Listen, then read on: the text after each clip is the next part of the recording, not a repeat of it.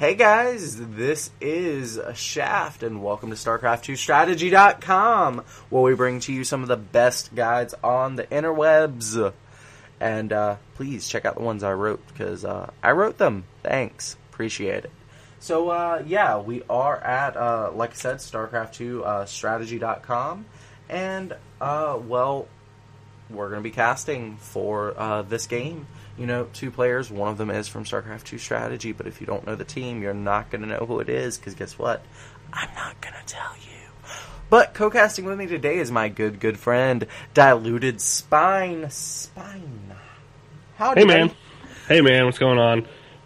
Just chilling. How about this game number 2? Yeah, I'm pretty excited about it. I love to see Protoss play, so.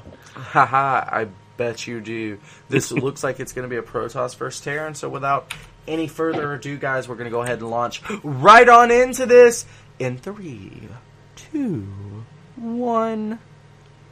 2, 3, 2, 1. 2, 1, go. Ah, you screwed me up. And here in the top right-hand corner of the map at 110 right now, it's the purple Protoss. He's the pretty purple Protoss. He should have been in pink. He's probably going to build a pylon. Yeah, that's poetry, guys, because they all begin with P. Anyways, his name is Sohrab! And here on the bottom left-hand side of the map, we have the yellow Terran. I wonder if that means he's Chinese, in which case, I guess Terran would be correct. His name is Neeb. Hi, Neeb. How are you? Alright, so, yeah, man, Terran versus Protoss. What are your thoughts on this matchup? I'd venture to say we're going to see a bio ball go against, hopefully if it's scouted well, against Colossi. That's usually pretty standard play from Protoss at least when I go against Terran, that's pretty standard play for me, unless I see some mech splash and things like that. But I have been surprised tonight by Terran, so we'll see what happens. You know, you can never really... I'm learning you can't predict these kind of things. Indeed. Only scouting will ever truly tell. Indeed.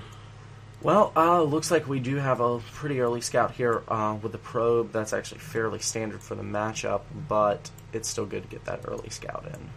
Oh, yeah. And looks like Neeb agrees with that sentiment, so he's sending a little bit later scout, but it's still going to get right on into the Protoss's base. Of course, a Zealot is not going to be able to chase down an SUV. They have the same run speed, so without some great micro, no harm, no foul, no big deal. Now, both players are going for their expansions here, so we're settling in for a fairly macro game. It looks that way. Indeed, sir. Indeed. That's actually a really early expand. Well, I think both players are showing each other a little bit of respect at this higher level, and going to settle in for, they're both probably more comfortable with mid-game and late-game play. A lot of emphasis has been taken out of the early game, with the, death of bit-by-bit Prime. That's true. Indeed, sir. And he almost lost that SCV there. That was actually pretty cute. It was a few seconds ago, but... Yeah, I gotcha. So we've actually got 3 barracks now on the way for Neeb, so he is going to be, pumping out that bio for a little bit of time here. And the Cyber Core just finishing now for Sohrab. So, 1 base, or 1 gate expand. He might actually be following this up with a Robo Bay, or maybe even a Stargate. Which do you think it'll be? I'd bet Robo Bay. That's the way I would go with it, but then again, I'm not a pro, so. Fair enough. Yes, sir. So, we do have the Zealot moving on out. He is marching. Look at that determined little march. Dude, that guy is the man. He is like James Bond with swords. With laser swords. And we did get our Robo Bay, so...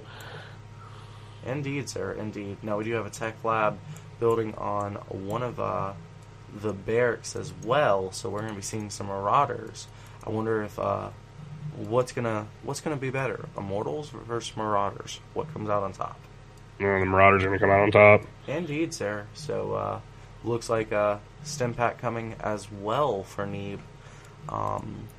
So far as tech goes, it looks like Sohrab's going to be a little bit behind. However, let's take a look at the economies. 34 harvesters right now for Sohrab, but he is competing against mules. It's very important to keep that in mind. The economies are actually fairly even right now due to the mules, but it's going to be a while till either one of these have energy again. Well, that one, maybe not. And it looks like he just got the Robo Scout out there. Oh, catchy SCV. And actually, that's a lot of gateways coming as well, so he's probably going to anticipate a timing attack of some sort.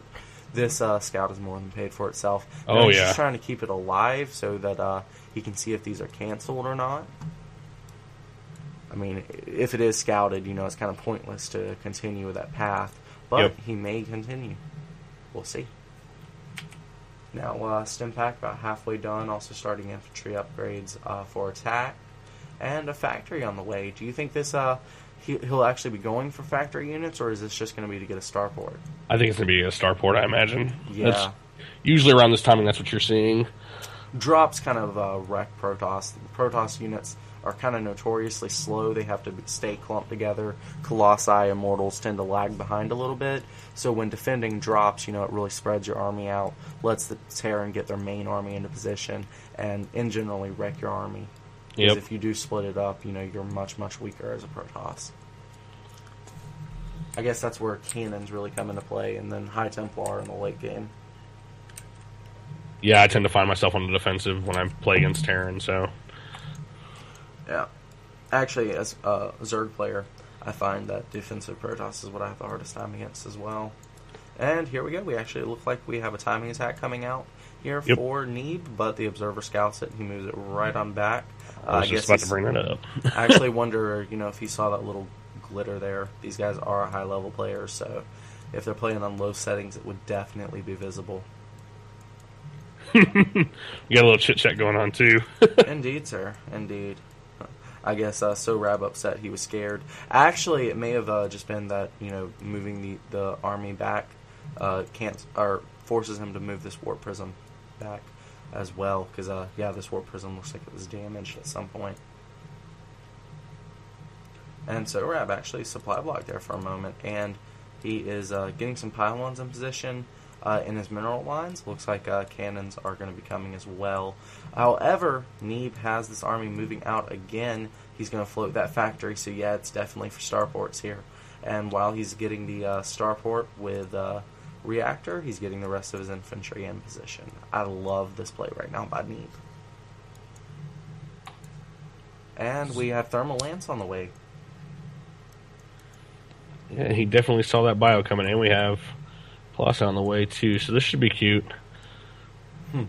I just hope it's timed out right enough, but it doesn't look like this is gonna be an interesting engagement. Yeah, it all depends on if he can snipe that Colossus. If the Colossus goes down quickly, he's keeping the Colossus back. This is good. Neeb Very cannot nice. Overextend, and force fields are actually those force fields are awesome. Indeed, sir. He has a little choke there that'll line up the infantry there perfectly. However, the medevacs are here now, which means not only can he heal, his stim packed units, but he can also elevate her up into that main if he likes, and that will really negate the force field. However, the sentries are pretty much out of energy and out of life as well. Out of life now, yeah. Oh, he does have high ground right now with that. Whoa. Well, it doesn't matter. There's medevacs there. Oh yeah, the medevac's there. Wow. And there goes the Colossi. That is probably GG. Indeed, that is rough. Losing a Colossus to 3 Marines. Marine King. Marine King making his appearance on the North American ladder. He goes by the Terran alias Neeb. I guess we mentioned it earlier. He's the yellow Terran. He might be Korean. So how do you feel about that match? What do you think was the turning point there, other than kind of getting raffle stomped by Bio? That's an interesting question. I actually think it was that blind decision to go into Robo Bay. And, he actually saw, he saw the Robo, he saw with the Observer that push coming out. And, he was trying to do a little bit of harassment with the Warp Prism, yes. But he wasn't prepared for it. I don't know. I think he tried to tech too quickly, and his opponent just kept, pumping out units. Ultimately, as well, he also has 820 minerals racked up. It wasn't that his army... Well, here, let me even back up in the game a little bit. Let's just look at this engagement here.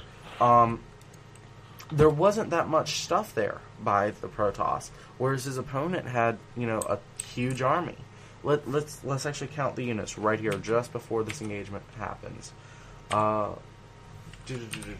Okay, this is what the Protoss has: 6 Zealots, 1 Immortal, 1 Colossi, 1 Stalker, 8 Sentries. But guess what? 4 of those Sentries are in a Warp Prism, hiding somewhere on the map. So there's only 4 Sentries at the engagement. So basically, he's engaging here with... Here, I'll even bring the camera back. Hi guys, welcome back to the game. Okay, so this is all the Protoss has. He doesn't really have an army. His opponent has an entire control group and more, with upgrades, with stim pack. No upgrades for the Protoss. He tried to tech too quickly and get too fancy. He was not...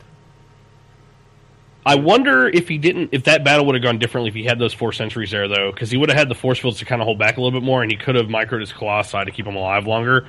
We might have seen a totally different outcome, because by the time that battle ended, there wasn't a huge force on the Marine side, so I'm betting if he had those Sentries there, he might have been in a lot better shape for that engagement. Yeah, I agree. I definitely kind of was referring to that when I said he got too fancy, because, check this out, really.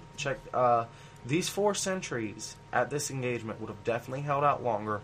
Colossi would have stayed alive longer, which means he would have killed off more units. That means there would have been less follow-up to kill off this Nexus, this base, and ultimately, the rest of the army. Now, he could have still sent that Warp Prism all the same, put it in the mineral line, or, maybe not even the mineral line. Here's a great position right here. Perfect. And... just warp some Zealots in and harass that mineral line. He still could have utilized the Warp Prism, but no, he sent in 4 Sentries because he wanted to, force field a ramp and warp in Zealots. He was trying to be fancy. Yeah. And I do tend to see that sometimes with Protoss players where they will overextend themselves tech-wise and not have army to back it up. And that's not a good move to make against Terran Hall, because a lot of Terran players you see early, like within the first 15 minutes, you have a bio ball coming at you. And I've seen some really impressive 10-minute bio ball pushes before, too. So, I try to lean on the side of carefulness whenever I play against a Terran like that, because I just expect it, So I'm kind of surprised that he went the path he did with double forge and double upgrades, and it was kind of odd to see when you're going against a Terran. You're going against a Terran, Mm-hmm. Absolutely, man. He spread himself too thin. Too many eggs, too many baskets. It's unfortunate to see, but there you have it, guys. Well, it is what it is. Well, anyways, please, guys, definitely check out, other content by the Clan Eat Casting crew available on YouTube. Just type in your search engine bar there, Clan Eat Casting crew, and click on the very first link. This one says Malcolm Heath. That'd be us. And other than that, been a pleasure. Enjoy.